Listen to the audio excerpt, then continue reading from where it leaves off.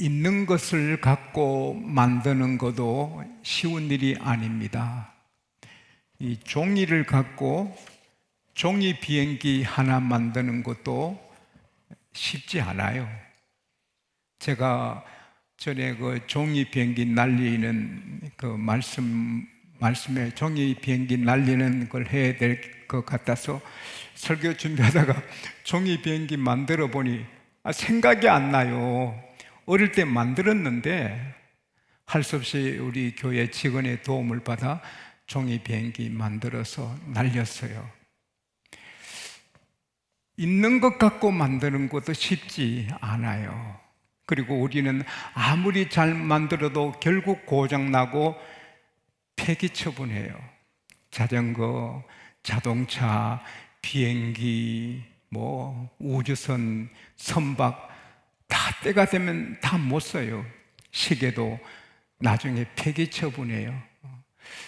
제가 큰아버님이 일본에서 사업에 성공하셔서 해마다 나오시면 모든 집안의 선물을 다 주시곤 하셨는데 한 번은 오셔서 인사드리러 갔더니 시티즌 일본 시계를 하나 선물로 주셨는데 얼마나 좋던지요. 근데 지금 그 시티즌 시계가 어디 처박혀 있는지 모릅니다. 아파트 잘 짓고 별장 잘 지어도 천년 만년 가는 아파트 별장 없어요. 다 다시 무너뜨리고 재건축을 해야 되는 거예요. 있는 것 갖고 지어도 그렇게 어려운 거예요. 근데 하나님은 없는 것, 아무것도 없는데 하나님께서 창조하시는데도 엿새 동안에 온 우주, 만물, 지구, 바다 다 만드셨습니다. 사랑하는 여러분, 우리 하나님은 전능하십니다. 말씀하신 대로 되는 거예요. 빛이 있으라, 빛이 있는 거예요. 궁창이 있으라, 물이 궁창 아래 물과 궁창 위의 물로 나뉘어라. 이 땅에 물이 있고 하늘에 물이 있는 거예요. 구름은 물주머니예요. 물주머니. 물이 어떻게 하늘에 있어 떨어지지? 우박이든 비든. 그러나 하나님은 구름을 물주머니 같이 만들어서 둥둥 떠다니게 하시고 때가 되면 내려 물로 오게 하시는 거예요. 하나님께서 모든 식물을 종류대로 지으셨어요. 고려대학교 강모 교수님께서 한국에 식물들이 몇 가지나 있는가 그래서 17년간 조사를 했어요. 그러니까 한국의 식물 종류가 약 4,500가지가 되는 거예요. 우리나라의 풀 종류가. 그리고 또 한국의 어떤 조류학자가 한국의 새들이 몇 가지냐? 약 450가지예요. 바다 물고기 종류는 파악을 못해요. 기어다니는 곤충. 근데 창세기 1장에 보면 하나님께서 모든 것을 그 종류대로 만드셨다. According to their kinds. According to their kinds. 하나님이 푸른 풀 종류, 새는 새 종류, 물고기 종류 모든 걸 종류대로 지으셨어요. 놀라운 일이에요. 근데 하나님께서 그 모든 것을 흙으로 지으셨어요. 흙으로. 새도, 식물도, 바다 물고기도 재료는 다 흙이에요. 하나님께서 흙으로 지으셨어요. 그래서 죽으면 다 흙이 되는 거예요. 근데 사람도 흙으로 지으셨어요.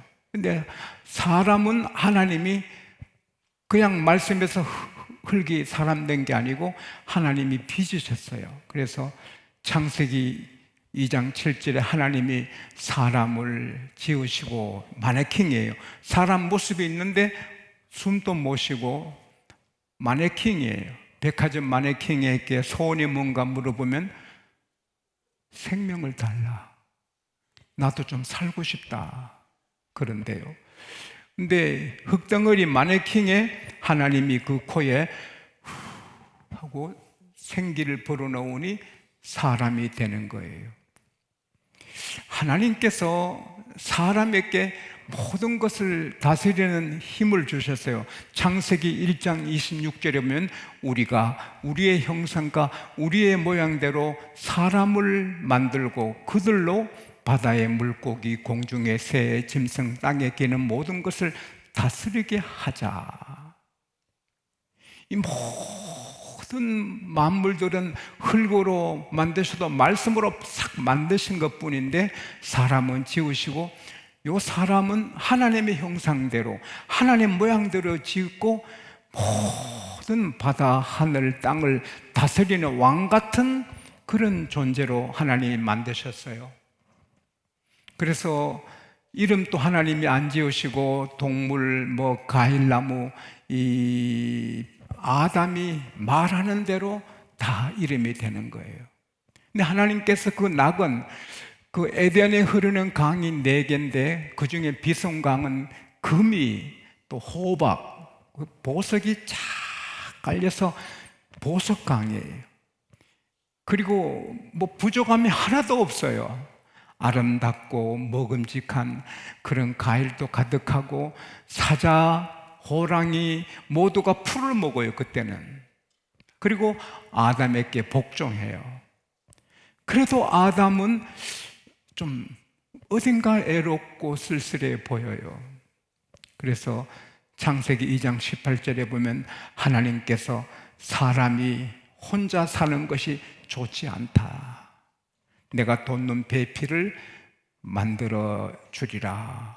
그래서 아담을 깊이 잠들게 하고 그 다음에 갈빗 하나 뽑으셔서 살로 채우시고 사람을 아름다운 여자를 만들었어요.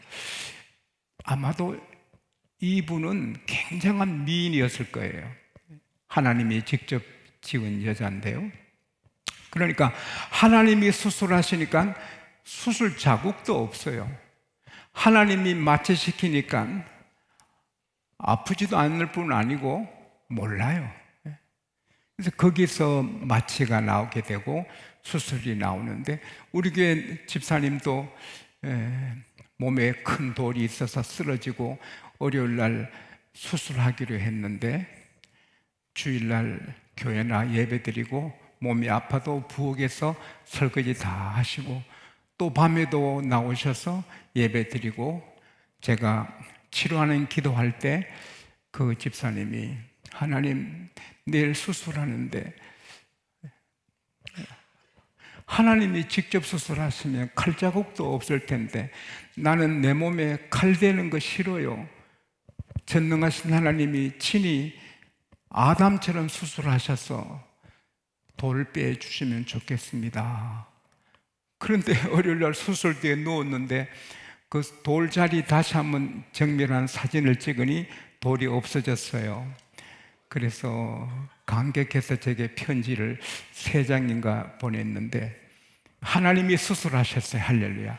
나는 이 말씀 준비하면서 오늘 여러분에게 수술 받아야 할 일이 있는 분이 계시면 암이든 무슨 일이든 수술 받을 일이 있는 분이 계시면 이 말씀의 시간에 아버지 하나님이 직접 좀 수술해 주시기를 바랍니다. 그래서 의사 선생님이 수술해야 되는데 어디 갔지? 추석 때 우리 아주 귀한 청년이 어려운 병에 들어서 의사님들이 어떻게 치료를 할 방법을 몰라서 고민했잖아요. 그 청년의 아버지도 의사이신데 의사님들이 보기에 방법이 없다.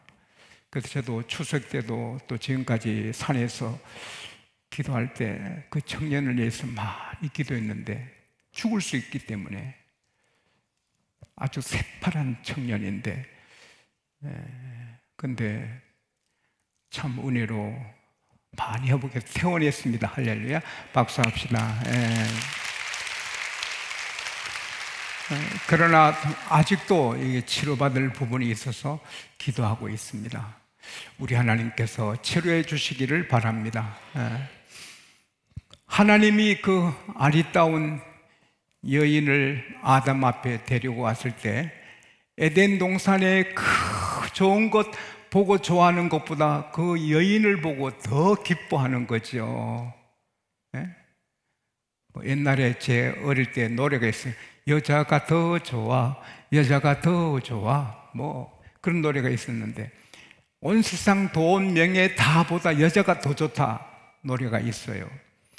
그 노래 나는 듣기만 했고 부르지는 못했는데 어쨌든 아담이 이야 좋아가지고 내 뼈 중에 뼈, 내 살 중에 살 막 기뻐하는 거예요.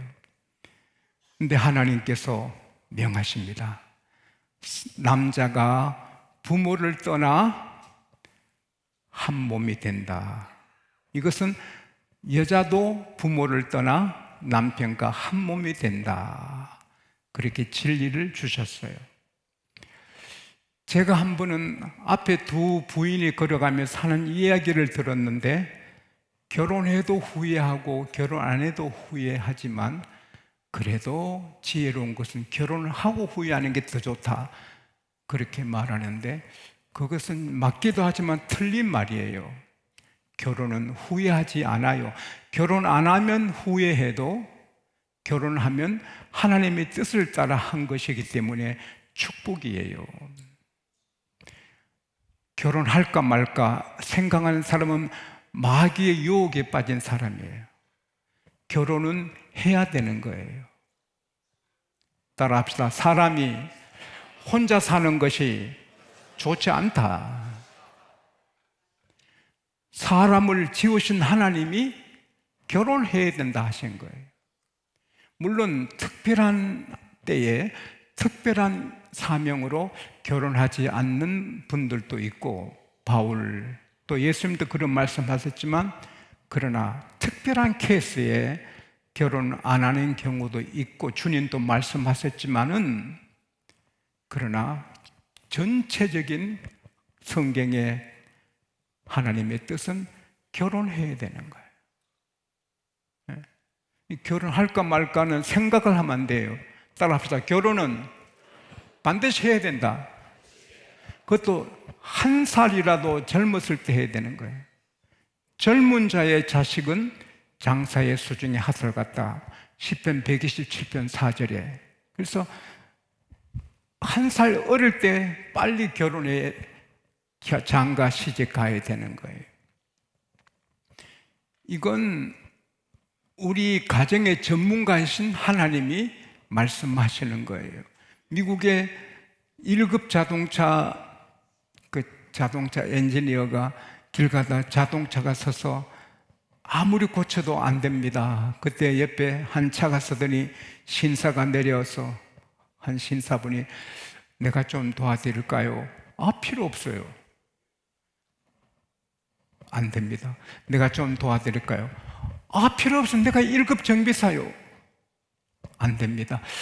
내가 조금만 도와드릴게요.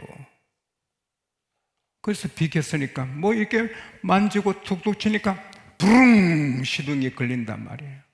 그 1급 정비사가 놀라가지고 누구십니까? 이 자동차 만든 헨리 포드요. 1급 정비사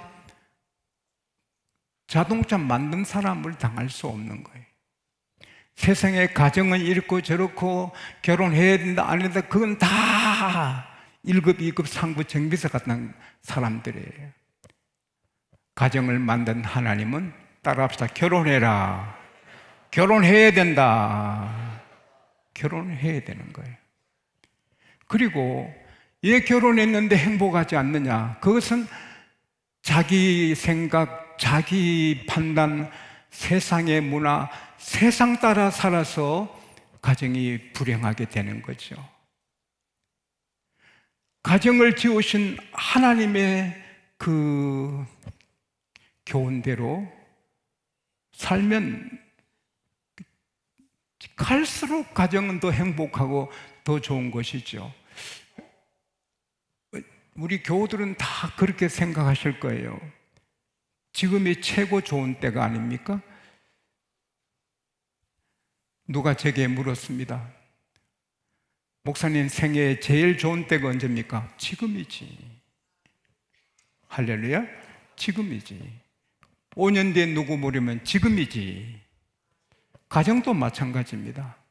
신혼 때 좋아서 5년, 그거는 하나님 말씀대로 안 살았습니다. 하나님 말씀대로 살면 지금이 최고입니다. 제 아내하고 저 사이 지난주에도 내가 조금 갈등이 있었지만 그건 잠깐이고 지금이 최고입니다. 남편은 아내를 성경 말씀대로만 하면 되는 거예요. 저는 이 앞에 이렇게 있어요. 내가 내 삶의 루틴이 있어요. 내 아내는 하나님이 내게 주신 하나님의 공주마마다. 여기 딱 써놨어요. 그 잊어먹어서 문제지. 예? 하나님의 공주다. 항상 성경 앞에 해놨어요. 예? 그래서 아내가 아무리 잔소리해도 나는 주기도문만 한다. 이렇게 써 있어요. 예, 써 있어요. 이대로 못해서 그렇지. 베드로전서 3장 7절에 남편들아 지식을 따라 아내랑 동거하고 그는 연약한 그릇이다. 그러므로 생명의 유업을 함께 받을 자로 알고 따라합시다. 귀히 여기라. 아내는 연약한 그릇이다. 한마디 작은 말에도 상처를 받고 아파하는 거예요. 남자끼리 하면 문제 없는데 여자는 연약한 그릇이에요. 잘 깨져요. 골로새서 3장 19절에 남편들아 아내를 사랑하고 괴롭히지 말아라. 저는 많이 회개합니다. 아내를 괴롭힌 일이 많아서 회개해야 되는 거죠. 아내는 연약한 그릇이에요. 작은 일에도 마음이 아파요. 그래서 남편은 아내를 잘 이렇게 품어주고 이해해주고 하나님의 공주마마로 해야 되죠. 제가 일본에 학회 세미나 갔을 때 아침 식사 때 호텔 식당에서 제 아내가 앞에 앉고 제가 여기 앉아서 식사를 하는데 뷔페식이에요. 자기 가득 따서 먹어야 되는데 내 옆에 그 일본 남자가 너무 잘생겼고 격이 있고 품격이 있고 와 멋진 남자네. 제가 보기에 드문 남자예요. 근데 옆에 그분의 그 부인이 앉았는데 뭐 남 여자 볼 수도 없고 그 남자만 봤죠. 근데 한 5번 일어나서 과일 갖다 바치고 뭐 요구르트 갖다 바치고 김 갖다 바치고 뭐 이 부인이 또 뭐 말하면 또 차 갖고 오고 부인은 꼼짝도 안 하고 남자가 다 시중 들어요. 그 내가 보통 미인이 아니구나. 그래서 제 아내한테 여보 미인입니까? 미인 같아요. 그래서 그 잘생기고 품격 있는 남자가 그렇게 종처럼 하는 보면 굉장히 미인이고 능력이 있구나 생각했어요. 그리고 뭐 제가 또 미인이라 하니까 못 보겠더라고요. 그래서 안 보고 밥 먹고 나왔는데 엘리베이터를 같이 탔어요. 그 미인 부부 어떻게 돌고 보니 깜짝 놀랐어요. 미인이 아니에요. 지극히 평범한 여자예요. 제 아내하고 비하면 아무것도 아니에요. 정말 그냥 지나갈 여자예요. 그런데 그때 제가 엘리베이터에서 깨달은 건 이 남편이 훌륭한 남편이구나. 아내가 못났음에도 불구하고 부족함에도 불구하고 아내를 깍듯이 와, 그 남편이 대단하구나. 그렇게 깨달았어요. 제가 오래전에도 말씀드렸습니다마는 한 부인이 건망증이 심해가지고 힘들었는데 시장 가서 남편과 함께 그 시장 보는데 아이고 여보 큰일 났다, 집에 불난다. 왜 그래? 전기다리미를 안 뽑고 와가지고 불난다. 막 갔더니 전기다리미 뽑혀 있어요. 또 고향 가는데 멀리 갔는데 아이고 여보 깜짝이야, 전기다리미 안 뽑았다. 그또 몇 시간 올라가 보니 뽑혀 있어요. 한 번은 여행길에 먼 길 갔는데 또 아내가 아이고 아무리 생각해도 전기다리미 안 뽑았다고 막 그러니까 남편이 차를 길가에 세우더니 트렁크 열어가지고 전기다리미 갖고 왔다고. 그 남편 대단하죠. 우리 여기 남자들 학생들도 남편 됩니다. 우리 문철장면도 그렇게 되시고, 아내가 건망증이 있는데 병인데 어떻게 해요? 다 품어주는 남편 될 수 있기를 축복합니다. 아내는 골로새서 3장 18절에 아내들아 남편에게 복종하라, 이것이 마땅하니라 했어요. 아내는 남편에게 복종을 해야 돼요. 무슨 말하면 자기 뜻하고 안 맞아도 이해하고 복종을 해야 돼요. 남편이 무슨 말하면 들은지도 많지, 지멋대로 하는 거, 그거는 마귀한테 순종하는 거예요. 마귀한테 순종하는 거예요. 마귀를 섬기는 거예요. 그러니까 가정이 아프고 다투고 깨어지는 거죠.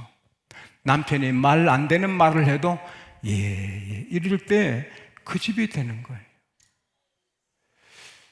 에베소서 5장 22절에 아내들아 남편에게 순종하기를 죽게 하듯 하라. 아내들이요, 남편을 예수님이라 생각해야 기독교 가정이에요. 남편이 부족해도 성경 말씀에 예수님이라 여기라는 거예요.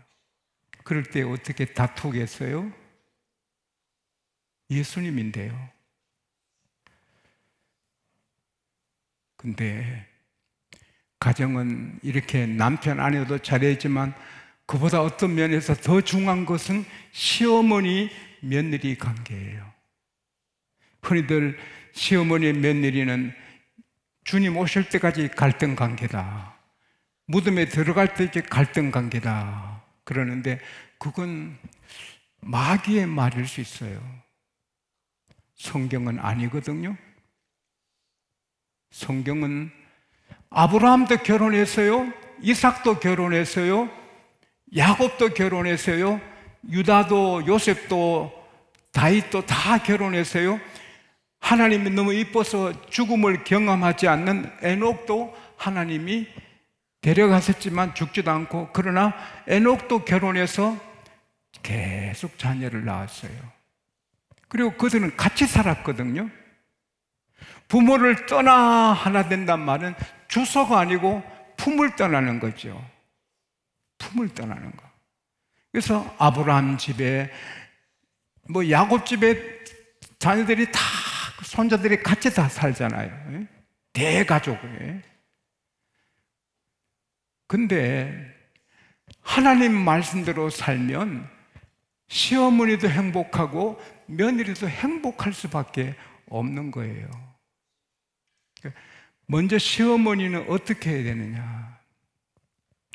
하나님께서 주신 교훈이 남자가 부모를 떠나 둘이 하나 된다. 이 말씀에는 여자도 처녀도 딸도 부모를 떠나 그 사이야 하나가 된다.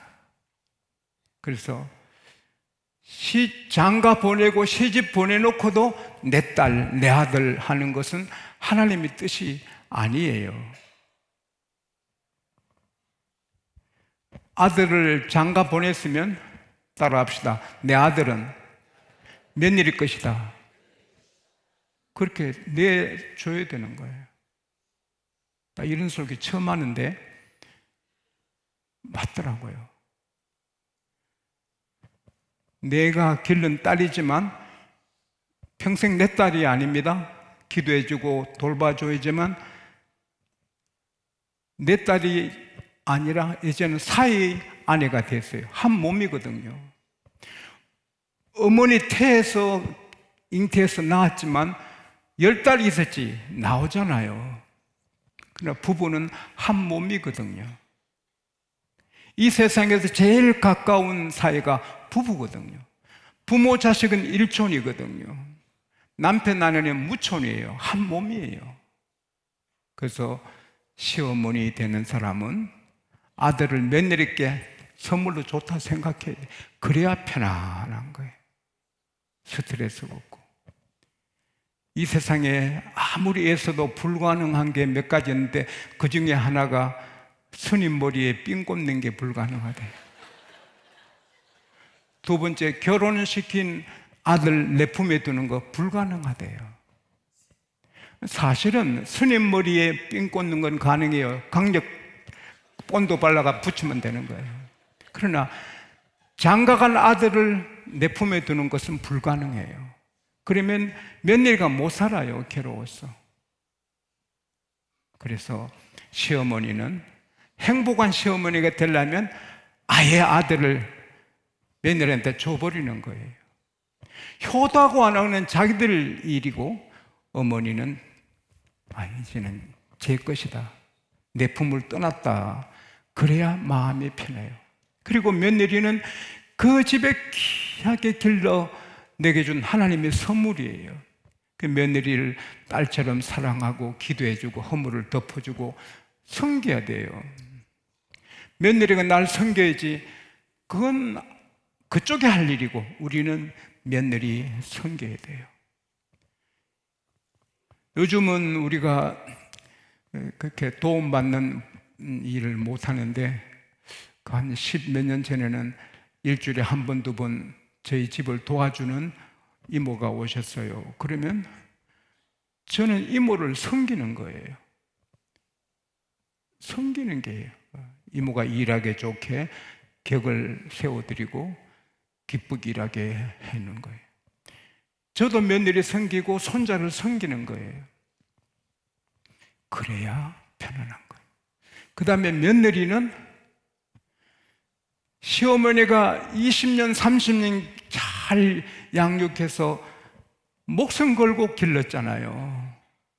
안 먹고 안 입고 정성 사랑 다 쏟아 길러서 내게 맡겨주시는데 그 시어머니를 고마워해야 돼요.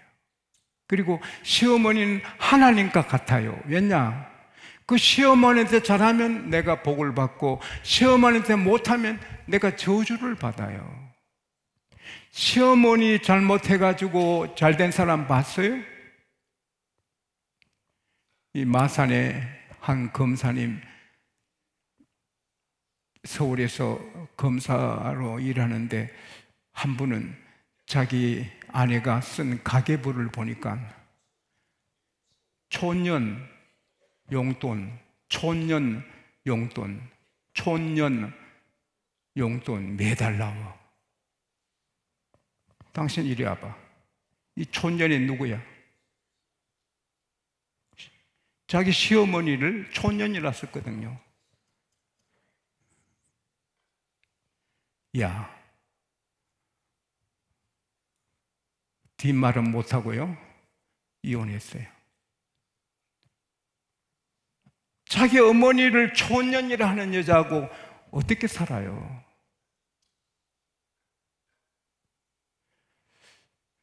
그건 자기 복을 까본 거죠. 아내는 3번 되면 바꿔도 어머니는 못 바꿔. 어머니는 바꿀 수 없잖아요. 그 며느리는 내 남편 길러주신 어머니, 늙음의 그늘을 좀 이렇게 밝게 해주고 위로해드리고 전화도 자주 하고 그렇게 섬기면 하나님이 기뻐하시거든요. 골로새서 3장 20절에 자녀들아 모든 일에 부모에게 순종하라. 이것이 주님을 기쁘게 하는 것이다. 주 안에서 기쁘게 한단 말인데 주님을 기쁘게. children, Obey your parent in everything, for this pleased the Lord. 부모님을 섬기고 시어머니 섬기는 것은 하나님을 즐겁게 하는 것이니 하나님이 복을 주시는 거예요. 그래서 시어머니는 아들은 며느리 거다. 저 귀한 딸이 우리 집에 왔는데 섬기자. 그래야 되고, 며느리는 귀한 남편 길러 제게 다 통째로 주셨는데 어머니 잘 섬기고 또 하나님 같아요. 어머니한테 잘하면 자기가 복을 받고 어머니한테 잘못하면 자기가 저주받아요. 그래서 시어머니, 시아버지를 하나님 편에 두고 섬겨야 되는 거예요. 룻 보세요. 나오미, 홀로 되신 나오미. 룻은 젊어서 새 길이 많아요. 그래도 아이고, 두 아들 잃고 남편 잃고 혼자 된 어머니, 내까지 가면 얼마나 고독하고 쓸쓸하실까. 내 한 몸 안 났다고 생각하고 어머니 위해서 내가 희생하자.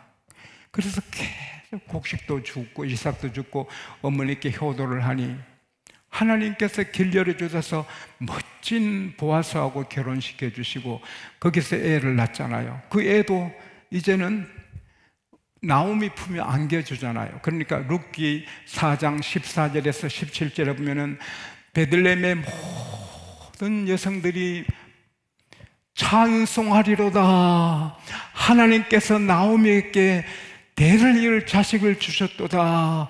나오미 그 아이가 이스라엘에서 유명하게 되기를 원하노라. 이 아이는 당신의 노연의 회복자요 복량자요, 당신을 사랑하고 7 아들보다 더 귀한 며느리가 낳아준 아들이다. 며느리가 7 아들보다 더 귀하다는 거예요. 하나님께서 나오미에게 아들을 주셨으니 오벳이라 하리라. 오벳은 이새를 낳고 이새는 다윗왕을 낳으니라. 결국 룻은 자기 어머니 희생하니까 좋은 남편도 주시고 그 후손이 왕이 되고 자기는 증조 할머니가 돼, 왕에.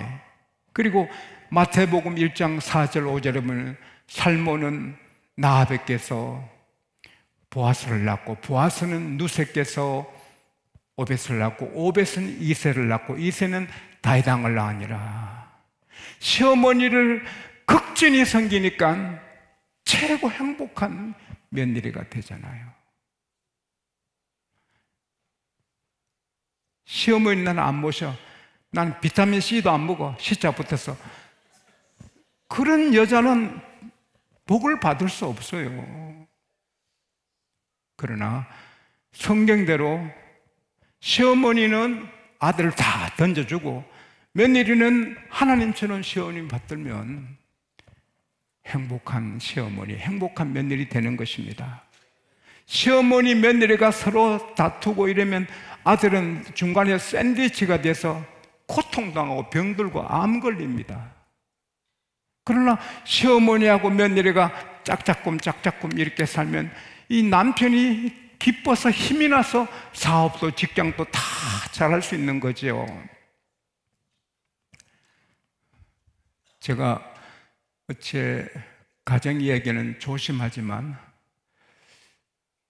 우리나라에 99세 되신 목사님이 계십니다. 우리나라 나이로 100세인데 한경재 목사님의 뒤를 이은 등불 같은 목사님이시죠. 그분이 제게 목사님은 복을 다 받아요. 제가 보기에 지 목사님은 복을 너무 많이 받아 누려요. 너무 잘 돼요. 내가 보기에 0.2%의 복을 받아요. 목사님 1000명 중에 목사님같이 복을 받는 목사는 1000명 중에 2명밖에 안 될 거다 그래요. 저도 시인하거든요. 오히려 10,000명 중에 2이 있나 할 정도로 저는 행복하고 복을 누려요.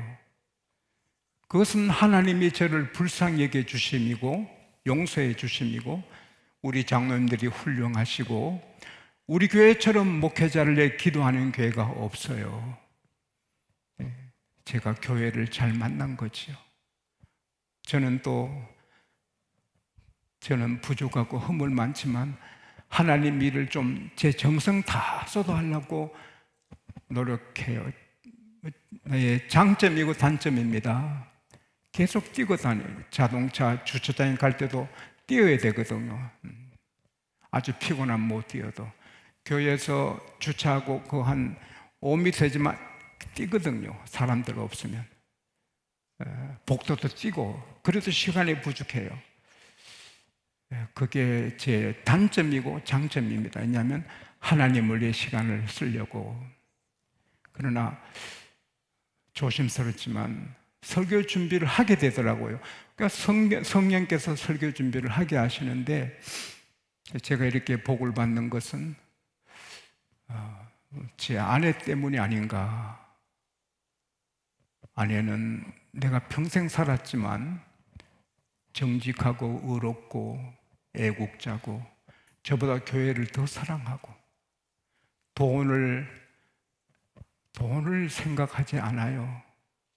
아내가 반대했으면 내가 사례비를 어떻게 교회에다 바치겠습니까? 아내는 돈을 별로 생각도 안 해요. 고맙고 특별히 아내는 효도의 챔피언이에요. 제가 보면 아버님이 제 아내를 얼마나 이뻐하신지 몰라요. 그리고 어머니 얼마나 잘생긴지 몰라요. 꼭 목욕 같이 모시고 가고 등 밀어드리고 친정 엄마보다 더 가까이 했지요. 그릇도 우리 그릇하고 어머니 그릇은 다르게 금그릇으로. 진짜 금그릇이 어디 있겠어요? 금맥기 노랗게 된, 또 수저도 다르게. 어머니 모든 게 좀 구별해서 해드리고 일부러라도 그렇게 하는 거죠. 저는 감동을 받았어요. 어머니가 국수를 좋아하셔서 국수집에 어머니하고 저랑 아내랑 국수집에 국수 사 먹으러 갔는데 어머니가 국수를 반 드시더니 오늘은 안 받네. 국수가 내한테 안 받는다 하고 수저를 넣어오니까 제 아내가 엄마께 더 맛있어 보인다 하더니 그걸 다 마셨어요. 어머니가 드시다가 드신 국수를 제 아내가 다 물까지 마셔버렸어요. 그러니까 제 어머니가 눈에 눈물이 고이더라고요. 딸도 하기 어려운데 며느리가 나를 더럽게 안 여기고 이렇게 하는구나. 저도 막 소름이 끼치더라고요. 저 김영숙이 보통 여자가 아니다.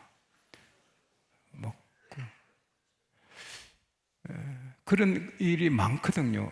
특별히 제가 평생에 잊지 못할 것은 제가 목회 정신 없이 하다가 아내 생일 한번 결혼 기념일 한번 제대로 못 챙겨주고 선물 하나 못 했는데 캐나다 토론토에서 집회할 때 내가 남편인데 목사지만 남편인데 아내한테 너무 소홀했다. 그래서 밍크 코트 하나 사서 아내한테 선물로 안기려고 또 본토니까 캐나다니까 쌀 줄 알고 밍크 코트 가게에 갔어요. 하나님, 내가 밍크 코트 하나 사오면 그때 우리 교회가 그렇게 안 컸어요. 목사 사모님이 밍크 코트 걸치고 다니면 촉새는 울지 않겠어요? 교회마다 촉새가 몇 마리 있지 않습니까? 촉촉촉촉촉촉촉 그럴 수 있는데 누가 말한 사람이 있어도 나는 아내한테 밍크 코트 하나 삽니다. 밍크 코트가 멋지더라고요. 정말 좋더라고요. 근데 가격표를 보니까 엄청 비싼 거예요. 목회하면서 가장 쓸쓸했던 날이 그날입니다. 목회자는 가난하구나. 아하, 이런 코트는 살 수 없구나. 하나님, 제가 가난하네요. 근데 결심하고 왔는데 민코 코트 못 사네요. 하나님, 제 안에 천국 가면 다이아몬드로 옷 한 벌 빼주세요. 기도 그렇게 했어요. 훗날 천국에 오시면 길에 다이아몬드 옷 입고 걷는 사람이시면 따라오면 우리 집입니다. 그때는 시간 많으니까 천국 커피 같이 마시고 합시다. 할렐루야. 그러고 나오는데 문 앞에 민구 목도리가 있는데 가격이 작은 20만 원 정도인가, 지금 기억이 캐나다 달러로 보면 한 20만 원 정도. 이것도 밍크는 밍크인데 하고 제가 하나 사서 한국에 와서 아내한테, 여보, 당신 위해서 내가 밍크 코트 하나 살라 했는데 그게 안 돼. 미안해요. 이렇게 밍크 목도리 미안하지만 내 마음을 담아서요. 와, 당신 눈 수준이 있습니다. 와, 칼라 좋고 감촉 좋고. 그때 제 아내가 저를 칭찬하더라고. 눈 수준이 있다고. 그렇게 좋아하더니 어머니 건요. 어머니 거는 10,000원짜리 양산 사왔거든. 어머니 거는 양산 사왔다니까 에이, 당신도 하더니, 그리고 지났는데 며칠 뒤에 이제 어머니에게 인사드리러 갔더니 제 아내가, 엄마 이거 성희 아빠가 엄마 선물 캐나다 사온 거라고. 양산이 아니에요. 뭔데? 풀어보세요. 제 어머니가 푸니까 민구 목도리예요. 내가 14년 만인가 17년 만에 하나 선물했는데 그걸 제 아내는 마음에 부담이 돼서, 어머니는 양산 사고 그게 마음이 안 맞아서 어머니께 선물로 드리더라고요. 어머니가 와 좋다, 와 좋다, 너 거도 사왔니? 제 건 뭐 다음에 사오겠지요. 제 아내가 그렇게 말. 그러면 어머니가 그럼 너가 해라. 그럼 얼마나 좋겠어요. 에? 근데 끝까지 어머니 그거 하셨어요. 그때 저는 지진이 일어났거든요. 막 울음이 나오더라고요. 내 마음속에 막 속으로 울었지요. 고마워요. 여보 고마워요. 나는 다시 태어나도 당신이야. 고마워요. 나를 낳으시고 길러주신 어머니에게 그렇게 하니 내가, 아내가 하늘같이 여겨지고 내 목숨을 걸고 아내를 내가 이해해줘야지.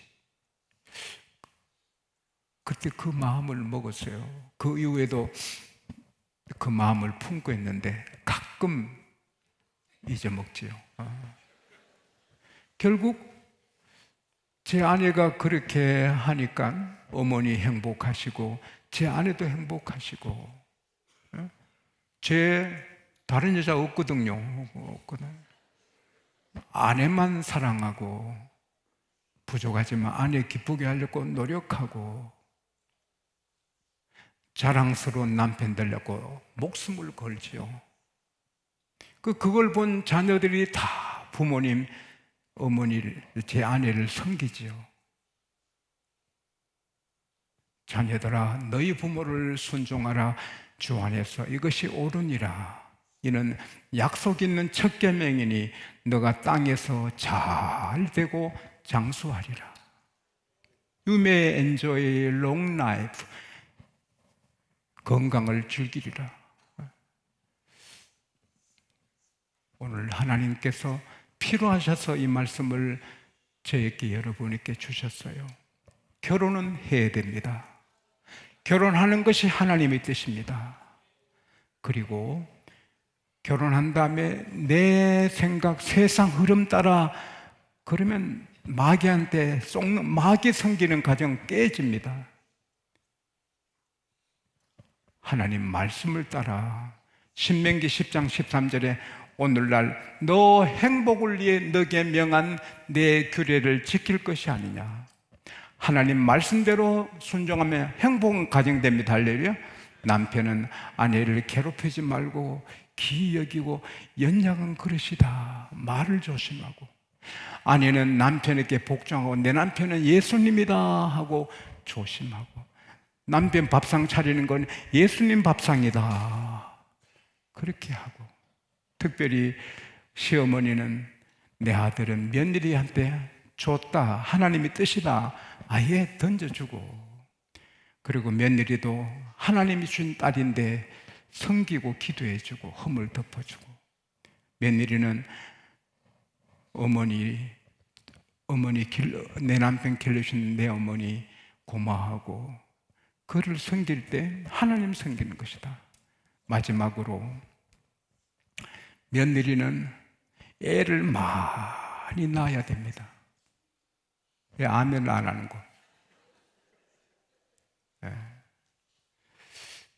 하나님께서 창세기 1장 26, 27, 28절에 사람을 만드시고, 따라합시다. 복을 주시되 생육하고 번성하라, 땅에 충만하라. 복이 애 많이 낳는 게 복이고, 번성이 애 많이 낳는 게 번성입니다. 에레미야 29장에 보면 포로로 끌려간 이스라엘 백성들에게 하나님께서 너 집을 지어라, 산에 가서 나무 해가지고 텃밭 만들어 과일 심어서 먹고 강해져라, 아내를 얻어서 자녀를 많이 낳으라, 아들 결혼시켜서 자녀를 많이 낳으라, 딸 결혼시켜서 자녀를 많이 낳아 줄어들지 않게 하라. 하나님이 계획이 있잖아요. 그래서 다시 예루살렘에 돌아오잖아요. 하나님의 계획은 자식을 많이 낳는 겁니다. 할렐루야. 조심스러운 얘기지만 며칠 전에 독일 베를린 유태인들 해당 탈무드 모세오경학교 타가소 있는 곳에 테러 분자들이, 이슬람들이 하얀병을 공격했어요. 근데 그게 건물에 맞지 않아서 인명피해는 없었지만, 만일 건물에 맞았으면 큰 사고 났죠. 독일에서 왜 이슬람이, 해교도가 그렇게 합니까? 숫자가 많아졌어요. 독일에는 직장 때문에, 공장의 노동자 때문에 할 수 없이 이슬람들을 많이 받아들였는데, 그들이 때가 되니까 테러하는 거예요. 한국에도 우리 법무부의 보고에 보면 이집트에서 모슬렘들이 2,886명, 시리아에서 1,490명, 터키에서 1,303명, 이란에서 1,053명, 모로코에서 1,043명, 사우디아라비아에서 995명, 이렇게 세계에서 몰려온 모슬렘이 20만이 넘어요. 그들이 전도해서 한국과 합하면 30만에 육박해요. 이제 모슬렘이 조금 많아지면 서울에 어디에 테러할 수 있습니다. 통계가 있거든요. 어느 숫자가 되면 이들이 결집하는 겁니다. 지금 계속 모슬렘이 오고 있습니다. 공장은 돌아가는데 일꾼이 없어. 우리나라 청년들은 험한 일 안 하려고, 왜 안 해요? 험한 일 하다가 더 좋은 일 하면 되지. 회사가 나를 빛내는 것도 좋지만 내가 회사를 빛내면 더 귀한 거지. 내가 중소기업에 들어가서 그 회사를 키우면 그게 얼마나 보람차고 나라 살리는 일입니까? 얼마나 그게 더 좋습니까? 일이 없으면 험한 일도 해야죠. 모세가 양도 치는데, 근데 일을 안 하니까 우리 교회 한 가정에도 그 사업을 하는데 사람이 없어서 야단이, 사람이 없어서 계속해서 해외에서 데려왔는데 다 모슬림이죠. 이렇게 나가면 이제 몇 년 안 가서 모슬림 숫자가 딱 차면 공격 테러가 나오는 거죠.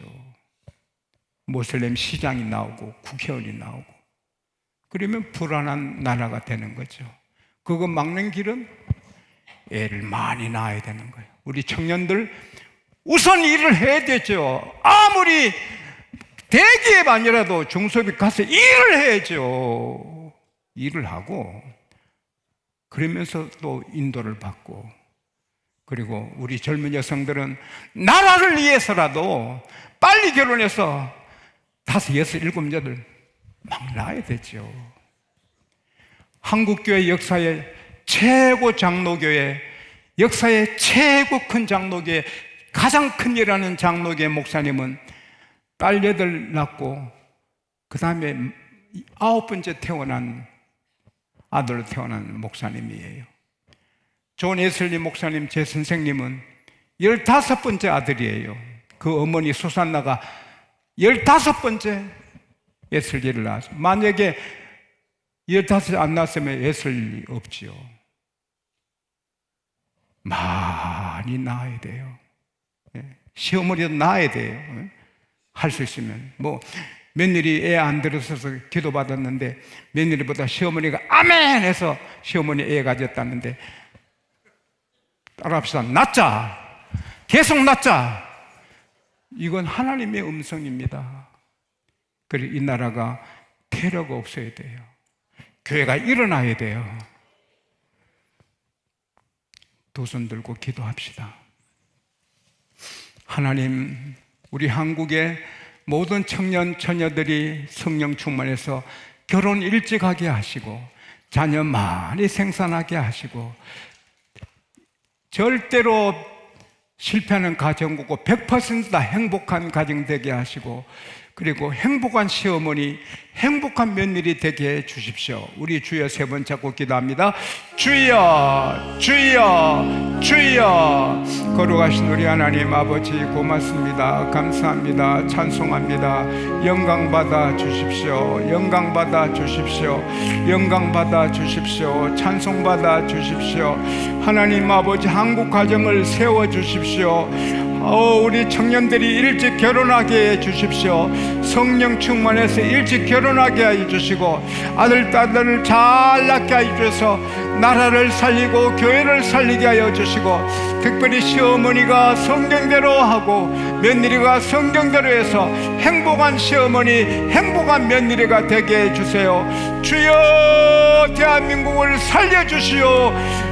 대한민국이 줄어들지 않게 하시고 나라가 없어지지 않게 하시고, 모슬렘의 나라, 이슬람의 나라가 딴 나라 되는 일이 없게 하여 주십시오. 주여, 이 말씀이 전 세계를 다림질하되 특별히 청년들이 다 들어서 다 결혼하고 애를 많이 낳고 말씀대로 살아서 하나님 이 나라가 되게 하여 주십시오. 할렐루야. 예수님 이름으로 기도합니다. 아멘. 하나님께 영광에 감사의 박수 합시다. 할렐루야.